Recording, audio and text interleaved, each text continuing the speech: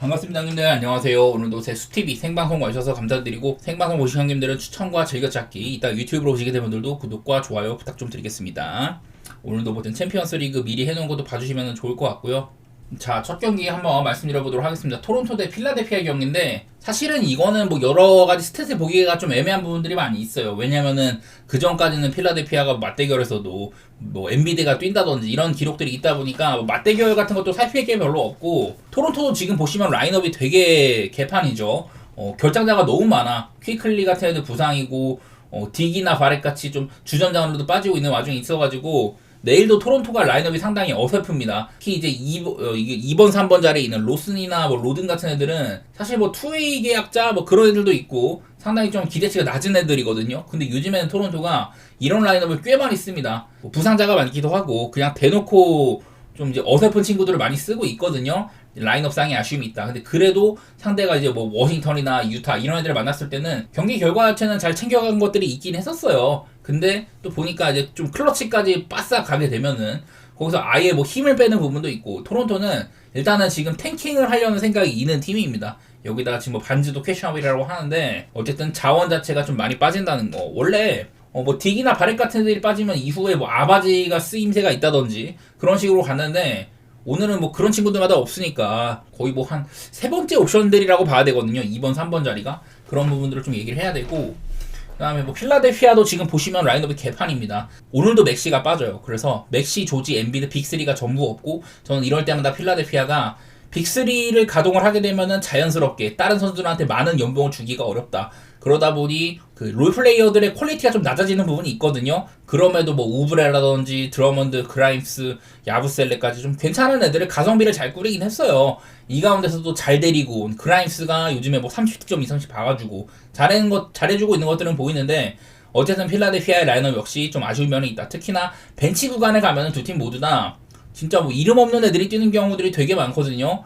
그런 것들을 생각하셔야 된다. 그러다 보니까 이 경기가 기준점이 되게 낮게 형성이 되는데, 저는 근데 그럼에도 불구하고 토론토가 요즘에 사실 얘네들 언더법 하기 어렵습니다. 그래도 상대가 이제 뭐 워싱턴, 유타 이렇게 만났을 때는 점수 자체는 꽤나 뽑은 게 보여요. 평균적으로 한 117, 118, 119 세 경기 평균으로 118점 가량 이렇게 좀 기록을 해줬었고, 그 전에는 이제 올랜도랑도 오박 게임을 했던 적이 있고요.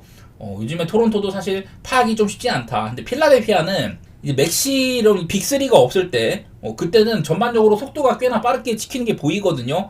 이런 페이스 상승이라든지 뭐 야투 시도의 상승이나 그런 것들이 좀 많이 주고받는 게 보이긴 보이더라고요. 저는 이건 좀 막연하게 일단은 필라델피아 팀 얘네들이 그래도 이런 라인업이면 오바가 먼저 생각이 난다. 그런 생각인데, 예를 들어 이제 우브레가 빠진다든지 하면은 또 득점에서 뭔가 해결해 줄 수 있는 선수들이 좀 빠지는 편이긴 합니다. 그런 건 생각을 하셔야 되고, 글쎄요, 뭐 여기에 있는 지표 같은 것도 사실은 말할 게 많이 없어. 필라델피아도 여기에 이제 뭐 빅3가 많이 빠졌다든지, 토론토도 뭐 바렛 같은 애들, 딕 같은 애들 이런 애들이 빠진 것들이 많이 섞여 있는 건데, 딱 봤을 때는 필라델피아가 그전과는 다르게 일단 뭐 원래부터 수비는 좀 안 좋았지만은 점수가 꽤 나고 있는 것들이 보이죠. 경기당 뭐 한 238점 가량 난다, 수비 안 좋다 이런 것들이 보이는데, 저는 그냥 필라델피아가 조금 더 오버팀으로 가는 부분들, 그런 것들이 생각이 나는 것 같고요. 이 가운데 뭐 그라임스나 우브레가 힘을 내주고 있다든지, 드러먼드도 종종 좋은 활약 해줍니다. 벤치에서 뭐 카운슬이나 뭐 루니 워커 3세 뭐 이런 애들이 나올 때는 나쁘지 않기는 해요. 물론 이거는 반즈 퍼델 같이 확고한 주전들이 토론토에서 한 2명 가량은 좀 나올 수가 있다, 이런 게 있기는 한데, 글쎄 저는 요즘 모양새로는 필라델피아가 일단 오바 정도는 좀 생각을 해보고 싶고, 이게 또 클러치로 가면은 타이트한 게임을 가면 전 토론토가 자연스럽게 탱킹을 할 수도 있다고 생각이 되거든요.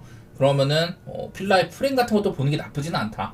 필라델피아가 이상하게 얘네들이 지금 11등이고 토론토가 12등인데, 필라델피아는 아직까지 탱킹을 하려는 움직임이 없고요. 토론토는 확실히 막판에는 탱킹을 하려는 게 보이거든요. 저는 그런 차이에서 필풀도 조금 생각해 보도록 할게요. 그 다음에 이제 보스턴 대 오클라호마 가보도록 하겠습니다. 뭐 동서부에서 상당히 강팀들의 경기죠. 보스턴은 동부 2등, 오클은 서부 1등인데, 오클라호마가 이제 덴버와의 경기를 상당히 좀 어렵게 치렀습니다. 그래서 따지고 보면은 그 4일 동안 3경기를 해야 되는 4in3에 해당해서 오클라호마도 좀 손실값이 있다고 생각을 해야 돼요. 그리고 얼마 전에는 이제 제이더비, 지난번에 덴버와 2차전에서 후반전 아예 못 이었었는데, 제이더비 요즘에 활약이 괜찮거든요. 자, 이제 화면에 몇 개 보여드리겠습니다.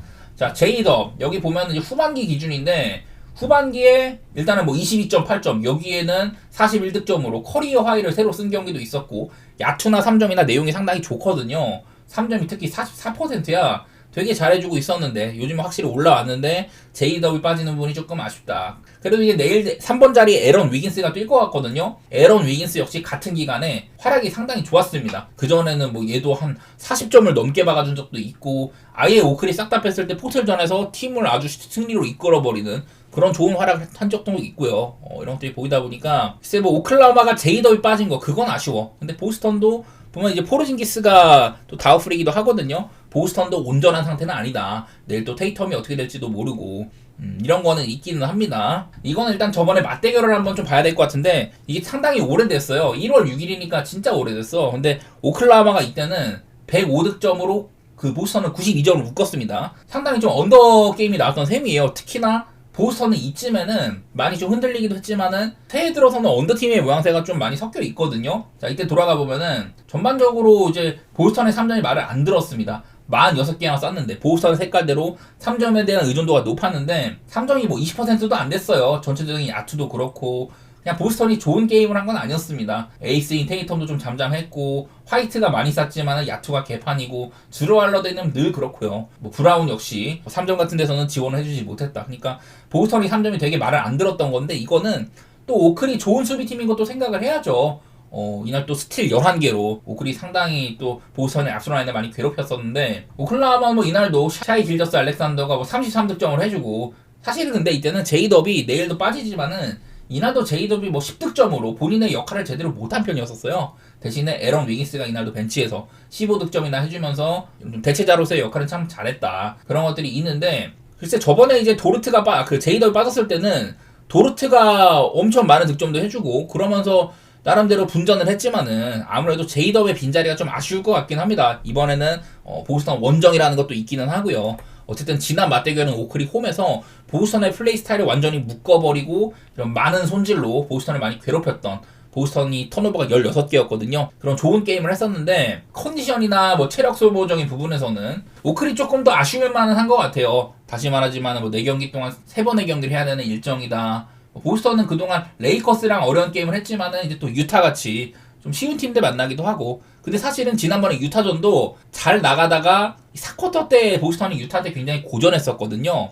추격당하는 거에서 또 보스턴이 좀 깔끔하지 못했던 부분들 그런 것도 있기도 하고 저는 요즘에 오클라호마가 이제 또 벤치에서 특히 케이슨 월라스라든지 카루소 같은 이런 손질이 아주 좋은 선수들이 벤치 구간을 확실히 가져오는 부분들 제일린 같은 애들도 지금 좀 올라왔고 오클이 아무래도 전 뎁스적인 부분에서 훨씬 더 낫다는 생각이 있기는 하거든요. 근데 어쨌든 이거는 둘 다 나는 오클라호마는 사실 언더오버적인 부분에서 기본적으로 많은 득점을 해주고 페이스가 빠른 팀이긴 한데 좀 언더팀이랑 만났을 때 그런 경우에는 종종 언더게임이 있는 편이거든요. 근데 지금 보스턴은 아예 거의 뭐 오버게임이 없다시피 해요. 포틀랜드가 많이 좀 개겼을 때 그날은 이제 보스턴의 3점이 좀 많이 터지기도 하고 그런 날에는 오버가 나는데 보스턴은 좀 일관성 있는 언더팀이라고 보이거든요. 저는 일단은 227.5면은 기준점이 그리 높지는 않지만 오크림을 생각하면은 저는 언더 생각이 조금 납니다. 이거는 제이더비 없는 것도 좀 득점적인 부분에서는 아쉬움이 약간 있을 것 같기도 하고요. 스가한테 뭐 화이트나 주르같이 수비가 아주 좋은 친구들이 이렇게 뭐 계속해서 붙을 수가 있다든지 브라운도 좋고 저는 일단은 언더 생각을 좀 해보고 싶고요. 그리고 나는 이거는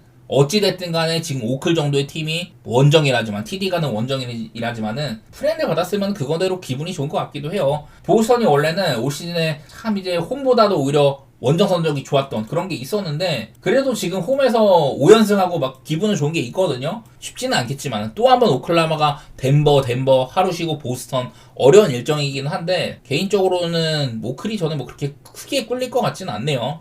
다음 경기 애틀랜타 대 샬럿 경기인데 사실 이거는 예측이 정말 어렵습니다. 자, 샬럿은 이제 뭐 라멜로가 정상적으로 뛸 수 있긴 한데 라멜로가 요즘 굉장히 못하거든요. 대신에 이제 마일스 브리지스가 활약이 괜찮아. 브리지스가 이제 후반기 대충 기준인데 최근에 뭐 한 7경기 동안 평균적으로 21번의 야투 시도를 하면서 야투율이 47%, 3점 36%.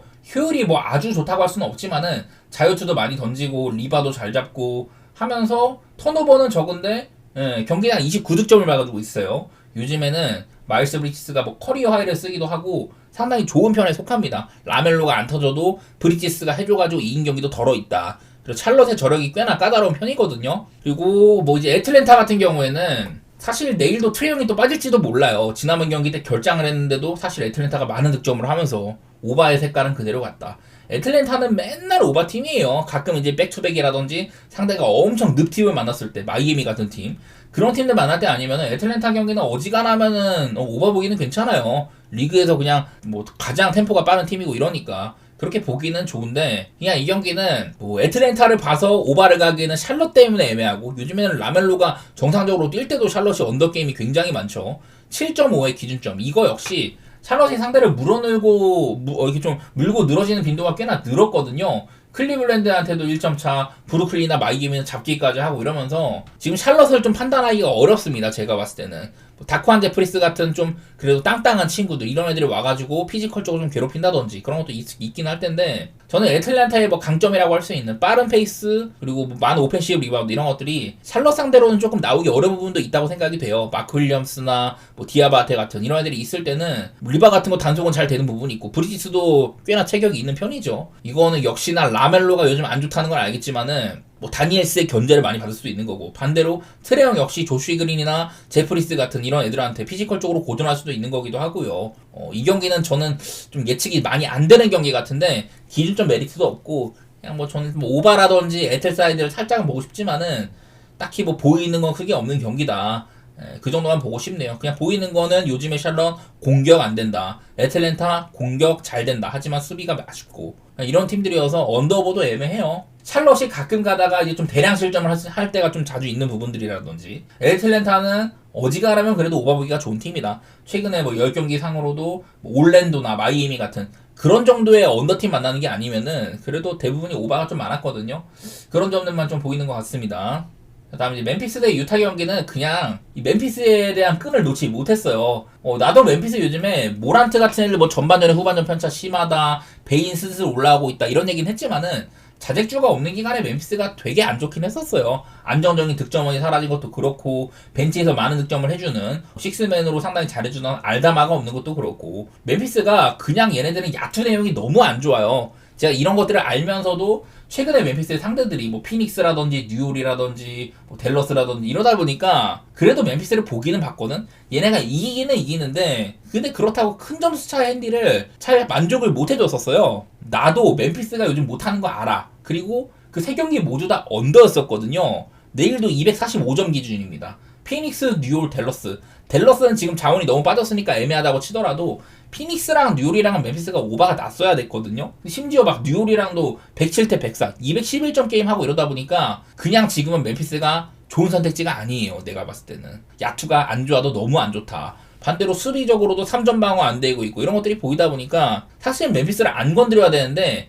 상대 애들이 너무 유혹이 빡세. 야, 이거 멤피스가 아무리 요즘에 별로여도 이렇게 많이 빠진 댈러스, 뉴올, 피닉스, 상상상으로 멤피스가 너무 좋아 보이는 거야. 그랬는데도 이게 안 통했거든요. 그러면은 두 번 당했으면은 더는 이제 그만 당해야 됩니다. 솔직히 말해서 상대가 유타여도 저는 매번 유타 칭찬 되게 많이 했었어요. 유타가 태깅 기조가 분명해. 그리고 한창 이제 홈에서 경기 많이 하다가 원정 가가지고 지금 원정 4연패, 보스턴, 필라델피아, 토론토, 워싱턴. 보스턴 말고는 전부 다 좀 쉬운 팀들이었는데 그런데도 많이 졌고요. 어쨌든 9경기 동안 지금 또 1승 8패예요. 유타가 못하고 있는 건 맞는데 이 기간 동안 주전들을 많이 빼줬다. 내일도 마카넨이 못 나올 가능성이 높고, 주전들을 많이 뺐는데도 이 벤치 자원들이, 2군들이 되게 좀 잘해줬던 것들이 있거든요. 그래서 나는 유타의 이런 그 게임 내용 자체는 괜찮은 것 같아. 근데 져서 그렇지. 이거는 12.5 정도면 이번에는 저는 멤피스 선택 안 할 것 같고요. 그냥 막연하게 유타의 프레임 보고 싶어. 유타가 아까 말했다시피 내일은 뭐 콜린스나 캐슬러 같은 애들, 섹스턴도 그렇고 주전들이 조금 뛸 수 있다는 거라든지, 벤치 자원들의 이런 뭐 센사모 같은 애들 특히 3점 퀄리티 좋고, 물론 지기는 질 것 같은데 유타가 저는 조금 분전해줄 것 같기도 하거든요. 지금 상태의 멤피스가 야투가 개 터져가지고 유타를 찢어놓는 거, 그런 것들은 상상이 잘 안 된다. 물론 지난번에 보스턴전처럼 유타가 막 전반전에 3점 같은 게 20 몇 개 던졌는데 3개 들어갔거든요. 그 정도의 진짜 말도 안 되는 야투 부진이 아니라면은 어지간해서는 저는 유타의 프렌 한번 보고는 싶거든요. 그만큼 이 멤피스가 지금 뭐 서부에서 순위상으로도 뭐 4위에 올라 있고 이런 값어치를 전혀 못 해주고 있습니다. 순위상으로는 뭐 4등과 15등의 대결이고 그런데 저는 요즘에는 그 정도의 이런 순위차만큼 실력차가 많이 안 나는 것 같거든요. 유타의 약점 하면은 많은 턴오버인데 근데 멤피스가 생각보다 요즘에 턴오버를 유발하는 부분들 그런 것들이 대단히 막 훌륭하거나 그렇지는 않더라고요. 유타의 프렌 그리고 언더오버는 어쩔 수 없이 오바를 봐야 될 것 같기는 해. 245.5면은 유타도 수비 안 하고 공격만 하는 팀이고 멤피스 요즘에 공격은 안 되는데 또 수비적으로 좋지도 못하거든요. 난 그냥 그래가지고 마냥 그냥 오바 보는 건데 이거는 멤피스가 색깔이 애매해도 너무 애매해가지고 그냥 저는 좀 못하는 쪽이 가깝다. 그래서 유타의 프레임을 조금 우선시할 것 같고요. 어쩔 수 없이 오바 보겠습니다. 근데 245는 되게 높기는 해요. 자, 다음 경기 샌안토니오 대 댈러스 경기인데 얘네들은 이제 얼마 전에 맞붙은 적이 또 있었습니다. 그때로 돌아가 보도록 할게요. 점수가 되게 많이 난 게 보이죠. 133 대 129, 262점이 났다. 이 경기를 언더오버를 보기는 봤는데 이거를 왜 보기가 어려웠냐. 댈러스가 결장이 많아도 너무 많잖아요 지금. 내일도 뭐 이제 어빙이 일단 시즌 아웃에다가 센터진들 다 빠져있고 PJ 워싱턴 뭐 뛸지 안 뛸지 몰라 뭐 이런 상황이에요. 근데도 이날도 보면은 나지마샬이 이날도 23득점을 했는데 그 전날에 나지마샬이 35득점인가로 커리어 하이를 썼고 최근에 나지마샬이 거의 한 대여섯 경기 동안 팀의 1옵션으로 활약을 해주고 있죠. 그전에는 뭐 클레이 탐슨이 많이 쏘기도 하고 심지어 이날 또 이제 그 라인업 상으로 캐슬러 에드워즈가 센터로서 야투율도 괜찮았고 22득점 해주기도 하고 벤치에서 스펜서 디니디가 28득점을 했습니다. 그전 경기들에서는 브랜든 윌리엄스 사실 이제 느바에서 보기 어려운 선수인데 브윌이 막 31득점인가 그렇게 하면서 커리어 하이도 쓰고 댈러스가 진짜 요상하게 여기저기서 많이 터졌었어요. 그래갖고 많이 비볐는데 어쨌든 직전 샌안토니오도 댈러스가 뭐 디니디가 폭발을 한다든지 이런 식으로 야투 내용이 굉장히 좋았습니다. 3점은 조금 부실했고 대신에 자유투를 많이 얻어낸 게 보이죠. 30개를 얻어냈으니까. 근데 이제 샌안토니오로 보면은 이날 샌안토니오도 사실 야투라든지 3점이나 전부 다 아쉽지는 않았거든요. 근데 자유투가 너무 안 들어갔어. 스테판 캐슬 8개 중에 4개 넣고 막 이러다 보니까 24개 중에 14개 10개를 흘렸습니다. 너무 자유투가 안 들어간 게 크고 이 중에 자유투 조금만 들어갔으면 샌안토니오가 충분히 비빌만도 한 게임이었었는데 일단은 야투 내용이 괜찮았다 보니까 벤치에서 켈든 존슨 잘해주고 반주도 막 터져주고 이랬었는데 어쨌든 둘 다 전반적으로 야투는 꽤나 잘 터진 편이다. 저는 지금 이 댈러스가 이렇게나 센터가 없다 보니까 상대한테 오펜 같은 거 많이 따인다고 했잖아요. 샌안토니오는 지금 뭐 키도 되게 작은 라인업이고 오펜에 강점이 없는 팀인데 이날 오펜을 12개를 땄거든요. 그래서 그런 부분에서 높이적인 부분에서 댈러스가 고전할 만도 하다. 내일 뭐 PJ 워싱턴이 뜰지 안 뜰지는 모르겠지만은 어쨌든 저는 댈러스가 지금 인사이드에서는 수비적인 부분 그런 것들은 고전을 하고 있다고 보이긴 하거든요. 얘도 지금 댈러스가 그렇게 많이 받았는데 시전 경기를 승리를 했다. 이게 DNA는 어쩔 수 없는 것 같아요. 양 팀의 맞대결상으로 지금 맞대결이 14대 1이거든요. 14대 1. 더구나 가장 최근 맞대결은 댈러스가 그렇게나 많이 받았는데 이거를 이겨냈다. 이런 것들을 보니까 물론 샌안토니오가 자유투를 조금만 더 넣었으면 충분히 질 게임은 아니었는데 그런 거를 감안해도 댈러스가 이겨낸 게 참 대단한 것 같거든요. 나는 이번에 뭐 샌안토니오가 홈이기도 하고 샌안토니오도 나름대로 이제 홈발이 좀 있는 팀이긴 하죠. 얘네들이 원정에 비해서는 그래도 홈은 좀 5할 승률에 근접을 한다. 원정은 11승 21패거든요. 물론 뭐 댈러스가 딱히 뭐 엄청 원정에서 처진다 이런 건 아니지만은 그래도 댈러스 역시 이 결장이 너무 많다 보니까 최근에 승리 자체가 많이 없어요. 저는 매번 댈러스가 이 쥐어 짤에는 진짜 마샬이 터진다든지 브랜든 윌리엄스 아니면 뭐 디니디 탐슨 이런 애들이 어거지로 터져가지고 이기고 있는데 저는 일단은 오바가 제일 나은 선택지 같아요. 이거는 저는 핸디는 못 볼 것 같아요. 샌안토니오를 좋게 보기에도 댈러스의 저력이 좀 보이고 나는 그냥 오바 정도만 보이고 싶은데 그냥 단순하게 이 댈러스도 지금 공격이 안 되지만 수비도 안 되거든요. 근데 샌안토니오 역시 얘네들 공격 리그에서도 상당히 손에 꼽혀. 물론 여기에는 상대팀들한테 좀 이제 연장전을 간다든지 많은 점수가 나가지고 그런 것들이 섞여 있기는 해요. 뻥튀기가 된 게 없지 않아 있지만은 그래도 그냥 기록 자체가 득실 양면에서 그냥 샌안토니오가 공격자라고 수비 못하고 이런 팀처럼 보이거든요. 특히 뭐 샌안토니오는 꾸준하게 웬만냐마가 없는 기간에는 수비가 안 되고 또 소엔 같은 애들도 없다 보니까 제가 지난번에 이 경기를 분석을 할 때 소엔도 이날 다우풀이었으니까 못 나왔었고 캐슬이 나온다 만다 했었는데 웬베냐마, 캐슬, 소엔 샌안토니오에서 이렇게 3명이 못 나오게 되면은 수비적으로 엄청 급감하거든요. 내일 경기도 비슷할 것 같다 그런 생각이어서 오바 정도만 생각해보고 싶은 경기인 것 같습니다.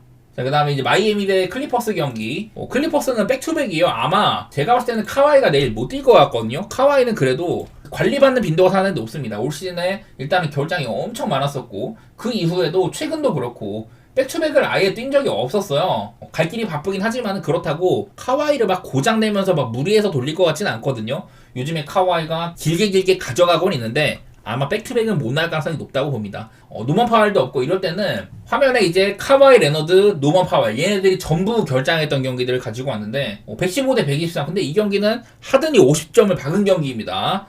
점수는 생각보다 많이 낮지만 좀 예외적인 경기라고 얘기를 해야 될 것 같고, 디트로이트랑 또 붙었을 때 이때는 97대 106으로 패배를 했었는데 카와이랑 파웰이 없을 때 이 클리퍼스가 상당히 좀 고전을 했던 그런 경기고요. 그다음엔 또 이제 뭐 인디애나한테 129실점을 했는데 이건 전반적으로 인디애나 일단은 크게 앞서 나간 것도 있고, 경기 후반부에는 그냥 클리퍼스가 주전들을 많이 못 썼어요. 그래도 뭐 하든이 좀 잘했다거나 뭐 그런 것들이 있었던 경기여서 저는 카와이나 파웰이 없으면 좀 클리퍼스가 언더팀이라고 생각을 하는데, 그래도 경기 이런 스코어들을 보면은 점수들이 꽤나 이 한 경기 말고는 꽤나 난 게 보이긴 합니다. 그리고 내일은 기준점이 너무 낮기는 해. 209.5. 마이애미가 언더팀은 맞는데 내일도 일단은 마이애미가 베스트가 좀 꾸려지는 편이에요. 많은 결장이 있다가 애들이 좀 돌아왔고, 글쎄 209.5는 너무 낮지 않나 싶어. 그래서 209.5는 못 보겠고, 저는 요즘에 마이애미가 그래도 잘하지는 못해요. 막 뭐 샬럿한테도 지고 시카고한테도 그냥 패하고 미네소타한테는 잘 비비다가 패하고 막 이러면서 오락가락 하는데, 얘네들도 사실 요즘에 켈레 웨어 같은 애들 빠진다든지 히로도 오락가락 했었고 벤치 자원들 싹 다 거덜나고 이래가지고 마이애미도 조금 어려웠었거든요. 나 그냥 다른 거보다, 물론 클리퍼스가 백투백이 그렇게 나은 편은 아닌데 나 마이애미 일정이 좀 빡셌다는 생각도 있거든.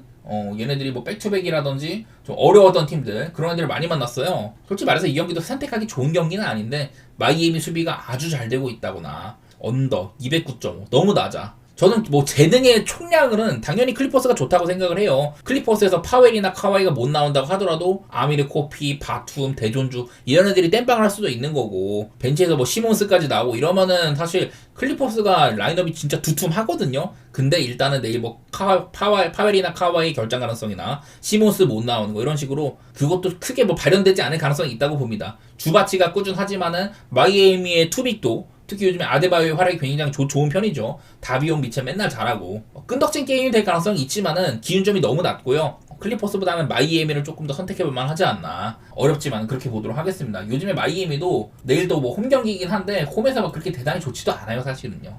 자, 다음 휴스턴 대 피닉스 경기인데 솔직히 난 이건 좀 기울어져 있다고 보는 편이야. 올 시즌에 한 번밖에 맞대결이 없었는데 그때 이제 휴스턴이 8점 차 정도 승리를 했었는데, 일단은 물론 그날 피닉스는 부커나 빌이 전부 다 빠졌었던, 아마 백투백 2차전인가 그랬을 거예요. 비비기가 어려운 경기는 했습니다. 그래도 뭐 듀란트가 37득점 해주고 뭐 그런 건 있었는데 3점도 꽤나 꼽히고, 그냥 휴스턴이 피닉스 같은 팀한테는 그냥 리바운드에서 장악을 할 수밖에 없습니다. 이날도 17리바운드로 더 많은 공격 시도를 했고, 사실 여기도 보시다시피 뭐 자이어트도 되게 못 넣고 야투도 개판이었거든요. 그래도 이제 좀 2점슛 같은 것들은 잘 넣어가지고 전체 야투 자체는 47.4%를 가져갔다. 3점은 또 안 들어갔지만은 그냥 휴스턴이 더 많은 공격을 하고 확률 높은 공격을 하다 보니까 그냥 어거지로 승리한 거라고 봐야 되거든요. 나는 그래서 내일도 피닉스가 뭐 빌이나 부커가 뛰면은 공격면에서는 나아지겠지만은, 이게 나는 휴스턴이 또 요즘에 투빅을 많이 씁니다. 센군 옆에다가 아담스를 많이 붙이거든요. 근데 그게 되게 효율적이야. 이게 아담스가 좀 피지컬적으로 우위를 보여주면서 당연히 피닉스가 그런 거에는 약하죠. 센군이 조금 더 얘는 좀 다재다능한 유형이거든요. 막 골밑만 있는 것도 아니고 좀 슛도 조금 쏠 줄 알고, 그러다 보니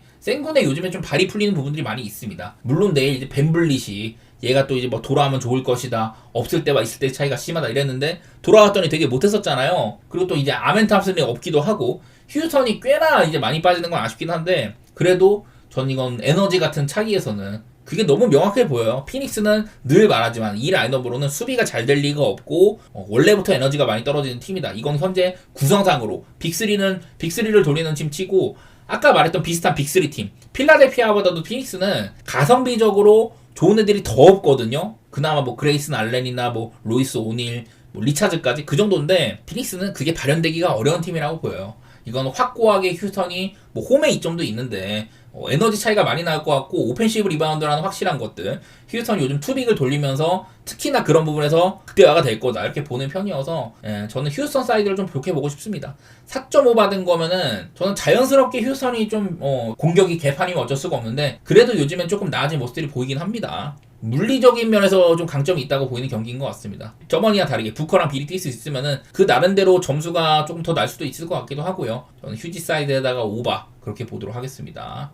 자, 그리고 포틀랜드 대 뉴욕 경기 있는데, 자, 요즘에 일단 아브디아가 오락가락이 많이 심했었잖아요. 직전 경기는 뭐 뛰긴 했는데, 내일도 뭐 그랜트가 다운풀입니다. 저는 매번 이 아브디아가 있고 없고의 경기력 차이가 포틀랜드가 심하다, 이런 얘기는 되게 많이 했었어요. 그냥 단순하게 아브디아가 포틀랜드의 트랜지션을 주도하고 있고, 특히 뭐 하프코트 오펜스에서도 아브디아가 가장 패스를 많이 뿌리거든요. 횡패스라든지 반대로 뭐 전환하는 것들, 그런 것들 되게 많아. 그냥 아브디아가 공격에서는 저는 핵심이라고 봐요. 물론 뭐 사이먼스나 샤프 같은 애들, 이런 애들이 뭐 나름대로 슛도 쏘고 림 돌진도 하고 뭐 그러지만은, 뭐 경기 전반적인 이런 좀 아우는 능력 자체는 저는 아브디아가 중요하다고 보거든요. 어쨌든 그 아브디아가 직전 경기도 나름대로 나쁘지 않았었고, 글쎄 근데 뉴욕이 보니까 지난번에 이제 브런슨이 빠졌잖아요. 근데 그날은 세크한테 130점을 넘게 박으면서 대승을 얻었습니다. 사실 이 브런슨의 존재감은 얘가 사실은 없을 때가 뭐 추치상은 좋게 지키고 그런 것도 있긴 있어요. 대신에 맥브라이드가 그리 나쁘지 않았으니까. 근데 브런슨은 뭐 클러치를 간다고 하면은 거의 뭐 브런슨의 손끝에서 많은 것들이 이루어지고 하는데, 직전 경기는 그냥 맥브라이드가 1쿼터부터 되게 좋았거든요. 종합적으로 한 20득점 이상을 박았었고, 그 전까지 맥브라이드가 나올 때마다 별로 못했었는데 간만에 좋은 활약을 했고, 하트도 뭐 길게는 안 뛰었고, 아누노비도 되게 좋은 활약을 했었습니다. 일단은 저는 직전 경기도 그렇고 최근에 뉴욕이 약간은 좀 회복세가 있다는 게 좀 생각이 들긴 하거든요. 어쨌든 포틀랜드도 요즘에 좀 어려운 상대들, 골스, 디트, 오클, 보스턴, 필라델피아한테 한번 이기고 클리블랜드한테 또 지고, 포틀이 지금 상대들이 되게 어려워. 6경기 동안 뭐 1승 5패하고 그랬었거든요. 뉴욕 역시나 빡센 상대다. 그냥 일단은 나는 포틀랜드가, 이게 아브디아가 분명히 아누노비 같은 집중 경기를 받을 거거든요. 포틀랜드도 유타처럼 이 앞선 라인에 턴오버가 되게 많은 팀인데, 요즘에 보니까 뉴욕 닉스가 상대의 턴오버를 유발하는 부분들이 전체에서 한 5등 정도로 괜찮게 찍히긴 하더라고요. 그런 것도 발견이 되고, 상성면에서 이게 3.5, 사실 뉴욕이나 앞서 말했던 휴스턴이나 이런 애들이 클러치 게임이 되게 많은 편이에요. 그래서 이 얘네들의 핸디가, 특히 좀 이런 애매한 점수의 핸디값을 좀 하기가 어려운 부분이 있는데, 그래도 저는 3.5 정도면은 뉴욕이 뭐 해줄만도 하지 않을까, 그런 생각이 들기는 듭니다. 언더오버는 저는 오바를 보고 싶은데, 이게 사실 요즘에 뉴욕 때문에 애매해요. 뉴욕이 그전까지는 좀 한창 좋았을 때보다 오바 팀의 양상이 좀 떨어진 부분이 있었거든요. 그래도 저는 이거 포틀랜드 요즘에 3점을 꽤 많이 쏩니다. 반대로 뉴욕스는 여전히 3점을 안 쏘고 인사이드를 많이 좀 타기를 하는 그런 것들이 있는데, 브런슨이 빠지니까 직전 경기는 또 3점을 많이 쏘더라고요. 결과도 좋았었고, 나는 뉴욕이 직전 경기 때 보여준 게 좀 많이 다르다고 생각해. 브런슨이 빠졌을 때 대처하는 부분들, 그런 것들이 공격에서 많이 좀 돋보이더라, 이런 생각이 들어가지고 오바도 조금 보고 싶은 경기인 것 같아요. 이거는요, 여기에 있는 기록과는 다르게 뉴욕이 좀 빠르게 좀 달라질 수 있다, 그런 게 생각이 나고, 수비상으로 사실 뭐 둘 다 괜찮아. 카마라 같은 애들이 워낙에 뭐 수비가 좋다고 정평이 나 있고, 반대로 뉴욕에는 뭐 안노벨 비롯해갖고 전반적으로 다 수비는 기본빵 이상 하는 애들이거든요. 그냥 그런 면에서 뭐 뉴욕이 조금 더 나을 것 같고, 턴오버 유발이라든지 조금 더 뉴욕이 좋긴 할 것 같다. 거기다가 포틀랜드는 그냥 지금 언더오버는 그래도 오바로 보는 게 편하고요. 뉴욕 닉스는 사실 며칠간 언더팀이었는데 직전 경기를 보니까 달라진 게 좀 보이긴 한다. 오바 같은 거 한번 봐도 나쁠 건 없을 것 같습니다. 자, 이제 마지막으로 덴버 대 미네소타, 참 재밌을 만한 경기예요. 작년에 이제 플레이오프 2라운드에서 그때 이제 4대3으로 미네소타가 이겼었거든요. 그리고 올 시즌에도 미네소타가 홈에서 2번 싸워가지고 전부 다 덴버를 잡았었어요. 작년에는 미네소타가 오히려 덴버에서 원정 갔을 때 처음에 2게임을 다 따냈습니다. 야, 그래갖고 이거 미네소타가 무조건 올라가겠다 이랬는데, 덴버가 오히려 미네소타 원정 2경기를 따냈었죠.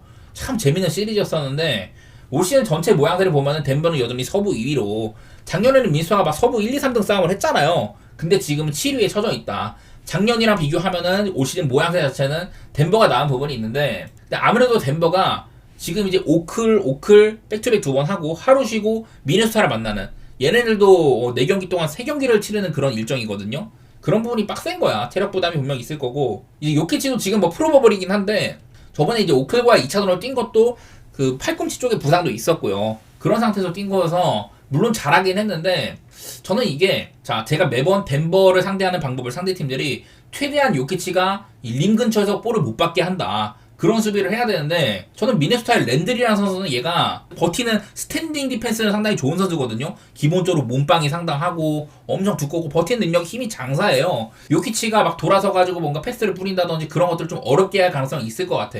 그리고 저는 매번 미네소타의 수비가 가장 좋을 때는 언제냐면은, 이 고베어가 본인이 조금 더 끌려나가는 게 아니라 좀 드랍백 수비를 하고 최대한 림을 지키고, 다른 누군가가 그 상대 이제 좀 덩치 있는 선수들을 견제해줄 때 그때가 미네소타가 수비가 가장 잘 되거든요. 다른 뭐 콜리, 앤템의 맥다니엘스에다가 요즘 뭐 제일런 클라크, NAW 이런 애들은 말할 것도 없고 수비가 워낙에 좋은 팀이고 저는 고베어가 내일 드랍백 수비에 성공할 가능성이 꽤나 있어 보여요. 그냥 난 랜들의 존재가 그런 것 같아. 이게 랜들이 요즘에 공격에서도 나름대로 잘해주거든요. 복귀해가지고 5경기 동안 효율상으로 47%가량 해주고 있고 경기당 17득점, 포지션도 그렇게 많이 안 가져가는데 충분히 본인의 몫은 해주고 있다는 생각이 들거든요. 리바 단속도 좋고 여기다가 돈테 디빈첸조는 아주 잘하고 있습니다. 지금 최근에 이렇게 긴 부상에서 복귀를 해가지고 평균적으로 15득점에다가 야투 50%, 3점 51.7% 이렇게 해주고 있는지라 디빈첸조는 충분히 제 몫을 해주고 있죠. 여기다가 아까 말했던 뭐 이런 신인 선수들의 활약이 더해진다면은 저는 덴버보다도 오히려 미네소타가 조금 더 요즘에 분위기는 낫다고 생각이 되거든요.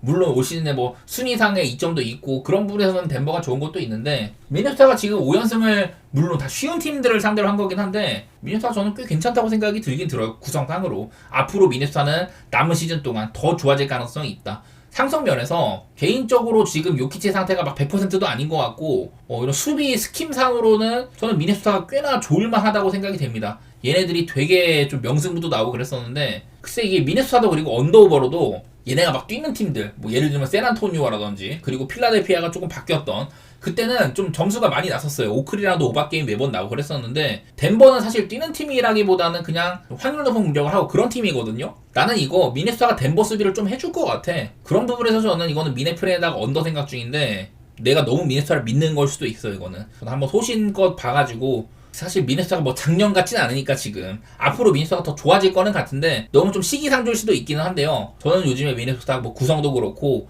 멤버들의 컨디션도 그렇고 나쁘지 않아 보입니다. 저는 미네프렌에 언더 볼게요.